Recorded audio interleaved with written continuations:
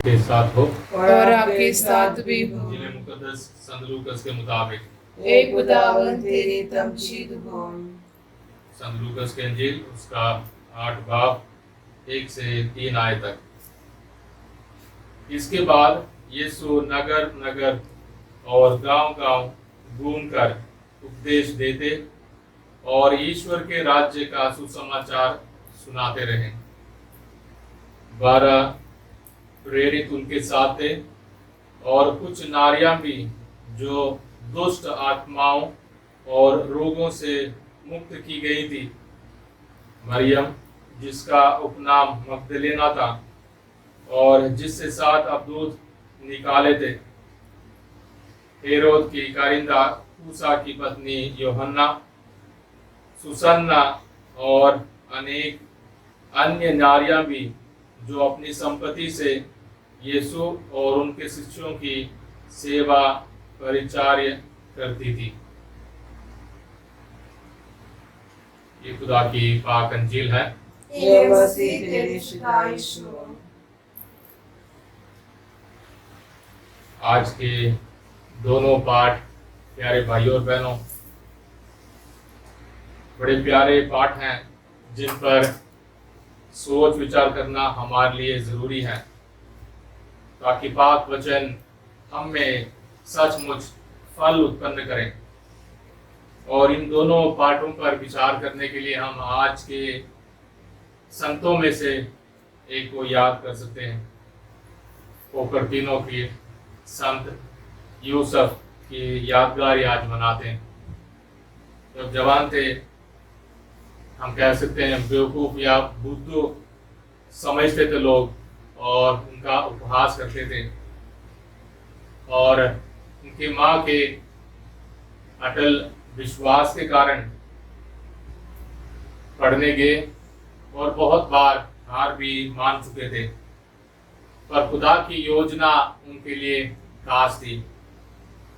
हमारे समाज में जब हम कहते हैं किसी ने बड़ी तपस्या की, बड़ी दुआ की, पहाड़ पे या आश्रम में बैठकर दुआ की और उसके बाद उन्हें ताकत मिल गया ऊपर उठने के लिए, उन्हें ताकत मिल गया चमत्कार करने के लिए, उन्हें ताकत मिल गया सबके सामने हवा में उड़ने के लिए। पर हमारे ईमान में, ईसाई ईमान में, ये सारी चीज़ें अपनी कमाई हुई चीज़ें नहीं होती हैं। बेशक बहुत सारे खुदा के सेवक भी कहते हैं कि मुझे ये ताकत मिला है, पर खुदा जिन्हें चाहता है उन्हें देता है। और जब भी खुदा की मेहरबानी हाजिर होती है वो लोगों की सेवा के लिए है। तो ये नौजवान यूसुफ कोपरतिनो शहर का जब फ्रांसिस्कन समाज में सेवा करने के लिए गया, सोच रहे थे शायद एक वॉचमैन की तरह या जानवरों की देखभाल करने के लिए उतना ही काम कर पाएगा, पर खुदा की मर्जी थी कि वो एक पुरोहित बने। और पुरोहित बनने के बाद उनके जरिए किए हुए बहुत सारे चमत्कार थे। जब भी उनसे कोई चमत्कार होता था वो शर्म के मारे चुप जाते थे। जब भी माँ मरियम पर गौर करते हुए दुआ करते थे, जब भी पाक मिसा के दौरान या पाक शाकत के सामने बैठकर दुआ करते थे तो उड़ जाते थे। तो उन्होंने शर्म के मारे अपने आप को छुपा देना था और खुदा की मेहरबानी उनमें जाहिर हुई। इस संत के जिंदगी के बारे में विचार करते हुए हम आज के पहले पाठ और दूसरे अंजील के बारे में विचार कर सकते हैं और भी गहरे तरीके से समझ सकते हैं। यीशु की सेवा करने के लिए बहुत सारे नारियां भी थी। हम आज के ज़माने की बात नहीं कर रहे हैं, पहले सदी की बात कर रहे हैं जब औरतों की गिनती नहीं होती थी। अगर हम देखें जब प्रभु यीशु मसीह रोटियों का चमत्कार करते हैं वहाँ औरतों की गिनती नहीं होती, सिर्फ आदमियों की गिनती होती है।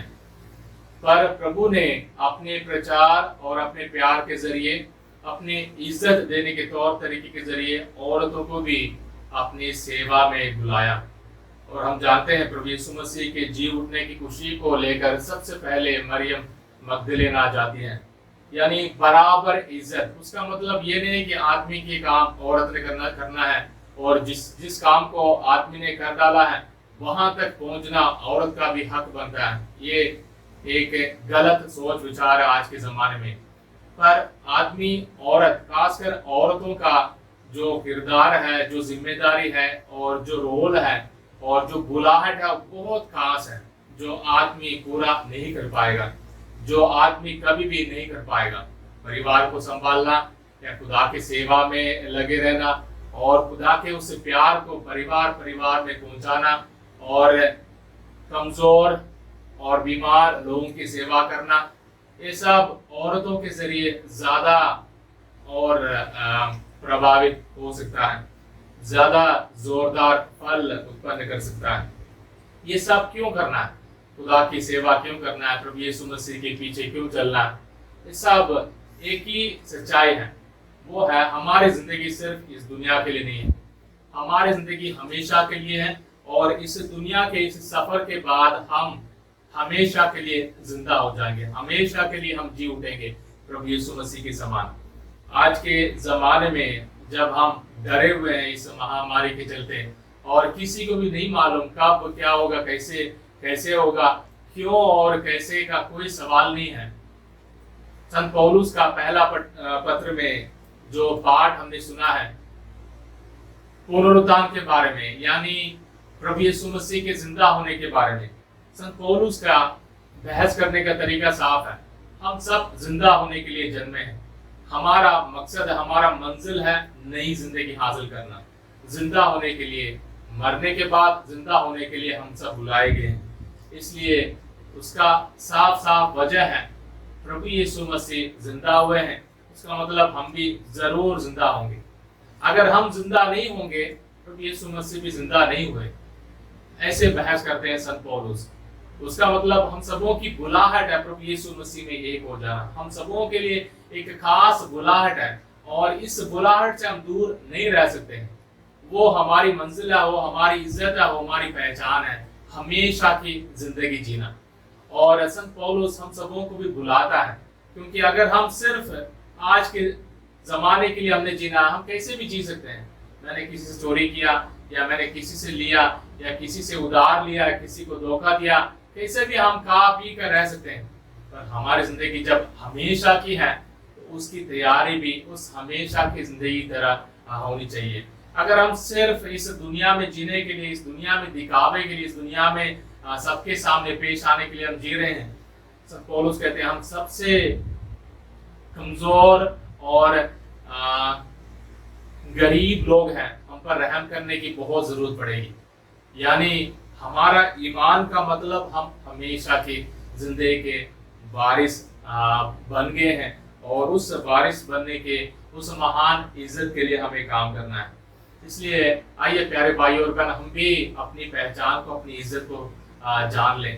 प्रभु यीशु मसीह में शरीक होना, हमारी कमजोरी, हमारी परेशानी, हमारी मुसीबत, हमारी बीमारी, जो कुछ भी हो, खुदा के हवाले करते हुए खुदा से कहना है प्रभु तेरा रहम मुझ में जाहिर हो जाए, तेरा प्यार मुझ में जाहिर हो जाए, मेरी कमजोरी में, मेरी बुरी आदत में या मेरी जो भी बुरी जिंदगी है वो सब को बदलने के लिए है प्रभु तू ही काम कर, क्योंकि तेरा जिंदा होने की ताकत मुझे बदल दे।